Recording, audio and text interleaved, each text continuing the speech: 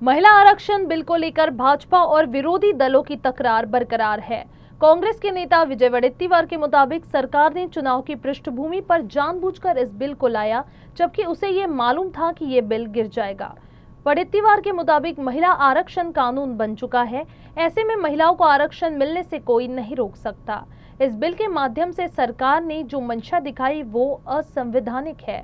परिसीमन का अधिकार राष्ट्रपति का है, जिसे केंद्र सरकार हथियाना चाहती है और इसके लिए उल्टी प्रक्रिया अपनाई जा रही है। पहले जनगणना, फिर परिसीमन और इसके बाद आरक्षण, ये क्रम होता है जिसे सरकार से उल्टा कर दिया है। महिला आरक्षण ऑलरेडी मंजूर झालेलं आहे, मग त्यामध्ये महिला आरक्षणाचे अडकून हे विधेयक आणण्याचं कारण काय आहे? आणि त्यांना ते माहीतही होतं की हे विधेयक 2/3 फेटाळलं जाणार आहे, कारण त्यांच्याकडे मेजॉरिटी नाही।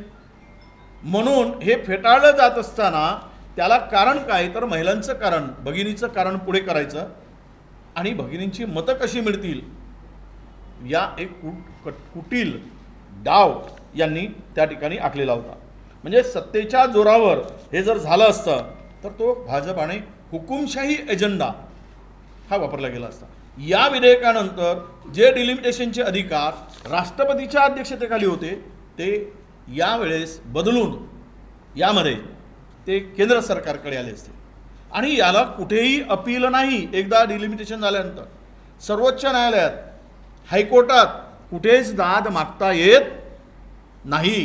हे फायनल असतं। राज्य सरकारने सिक्का मारला आणि मतदारसंघाची पुनर्रचना अंतिम केली की ते अंतिम झालं, त्याला कुठेही अपील नाही। एवढ्या हुकुमशाही डाव भारतीय जनता पक्षाने हे विधेयक आणताना त्यामागे मानलेला होता।